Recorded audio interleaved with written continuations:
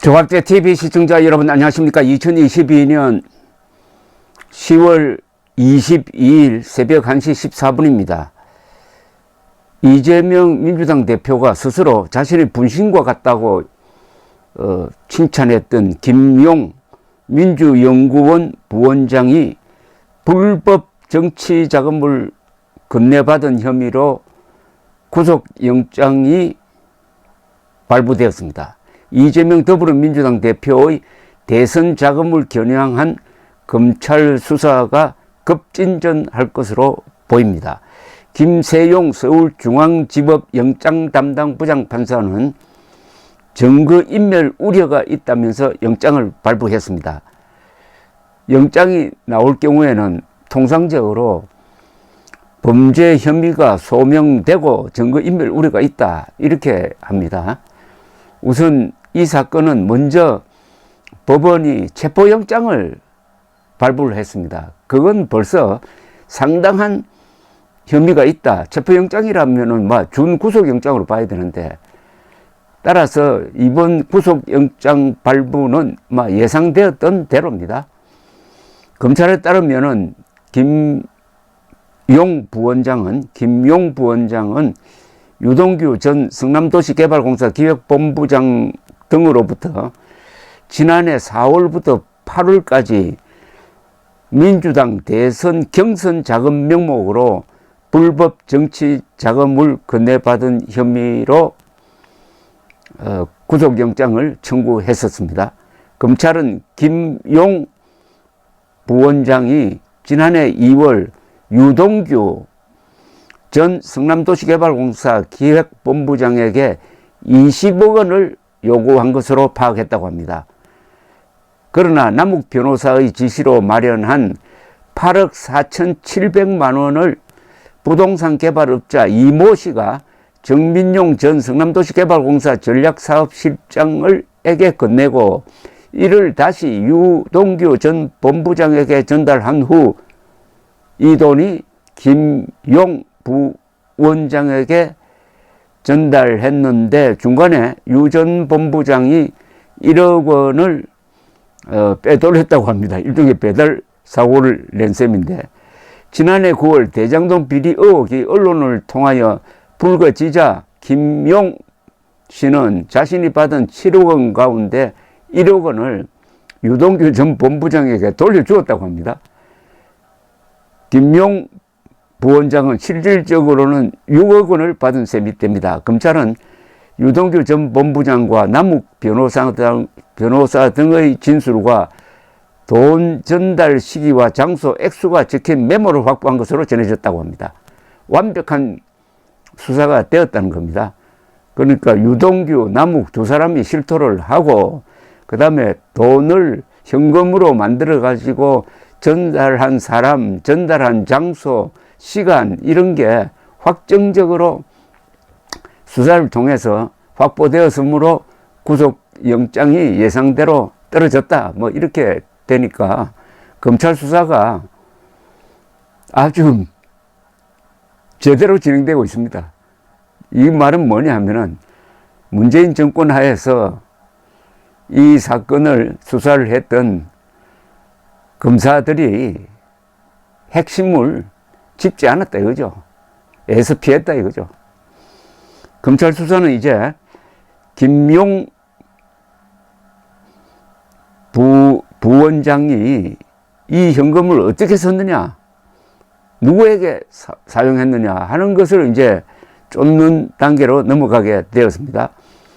김용은 지난해 5월에서 10월 사이에는 이재명 대표 경선 캠프 총괄 부본부장을 지냈고, 11월부터 올해 3월까지는 민주당 중앙선거대책본부 총괄 부본부장을 맡았습니다. 그러니까 검찰은 압수수색 영장에서 김용 씨에 대해서 이 대표의 제20대 대선 자금 조달 및 조직 관리를 담당했다고 아주 명시를 해버렸습니다. 자금과 조직을 담당했으니까 그야말로 이재명의 분신이죠.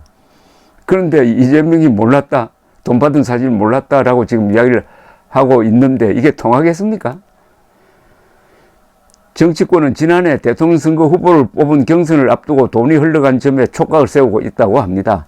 돈이 경선 과정에서 조직을 동원하기 위해 유력 정치인들에게 흘러갔다면 이재명 리스크가 민주당 전체로 옮겨 붙게 된다는 이야기죠. 민주당이 이런 인물을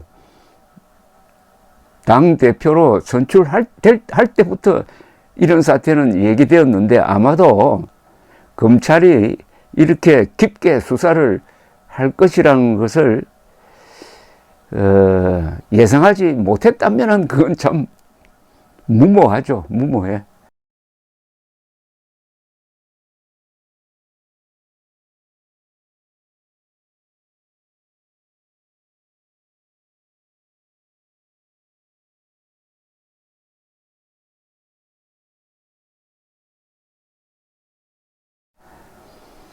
그런데 검찰은 김용이 지난해 받은 현금 말고도 2014년과 2018년 지방선거 때 남북 변호사로부터 등으로부터 억대가 넘는 돈을 별도로 받았다는 진술을 또한 확보한 상태라고 합니다. 2014년은 이재명 대표와 김용이 각각 성남시장과 성남시 의원에 출마한 때였습니다. 그 자체로는 정치자금법 위반의 공소시효 7년이 지났지만은 김용 씨가 지난해 받은 돈과 합쳐 포괄 일죄로 처리하는 방법도 있다고 합니다. 정치자금법 위반 액수가 불어나는 만큼 김용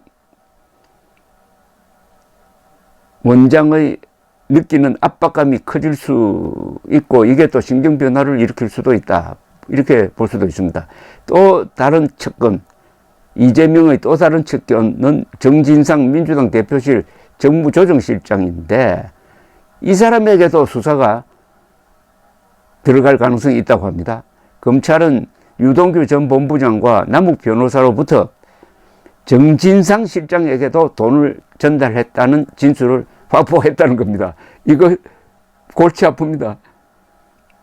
측근 둘이 다 수사 대상에 올랐었고 한 사람은 구속이 됐습니다. 김용 부원장과 정 실장은 이 대표가 대장동 의혹이 불거졌을 때 측근이라면은 정진상, 김용 정도는 돼야 하지 않나라고 말할 정도로 최측근으로 꼽힙니다. 이제 관건은 김용 씨의 입이 아니겠습니까? 이제 이 돈이 현금으로 전달됐으니까 이게 어디에 전달됐느냐, 그 뒤에 어디에 전달됐느냐 하는 것을 추적하는 데는 상당한 기술이 필요할 것으로 보입니다. 그러나 유동규 씨마저 확실하게 이제 돌아섰습니다. 기자들 앞에서 나는 이제 법을 믿고 앞으로 진실만 이야기하겠다. 거기에 따른 책임은 내가 진다. 회유, 협박 그거 안 통한다. 이렇게 이야기하고 있습니다. 그런데 이재명 대표는 어제 느닷없이 특별검사, 특검을 하자라고 나왔는데 이게 아마 구속영장 발부에 영향을 끼치려고 그렇게 급조된 기자회견을 한 것이 아닌가 하는 생각이 듭니다. 주호영 국민의힘 원내대표는 이런 지하에 그것을 거절했습니다. 무리하게 국회를 통과시킨다고 하더라도 윤석열 대통령이 거부권 행사를 할 가능성이 거의 100%죠. 그리고 지금 수사를 잘 하고 있는데 왜 특검을 합니까? 특검은 수사가 잘 되지 않을 때 하는 겁니다. 지금 특검하자는 것은 검찰 수사를 중단시키겠다는 것 아니겠습니까? 국민들이 가만히 있겠습니까? 들고 일어나지. 마이웨이란 노래의 첫 문장이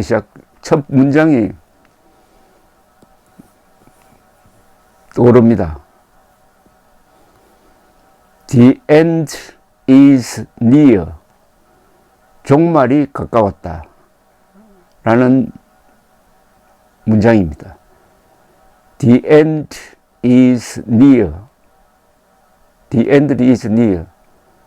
이재명의 종말이 가까웠다. 민주당의 종말도 가까웠는지는 알 수가 없습니다. 민주당과 이재명이 한 몸으로 엮여 있는데 벼랑에 서 있습니다. 한 발만 더 허공으로 디디면 동반 추락합니다. 여기서 묶은 띠를 풀 것인지 같이 떨어질 것인지 그거 아주 흥미롭게 되었습니다. 감사합니다.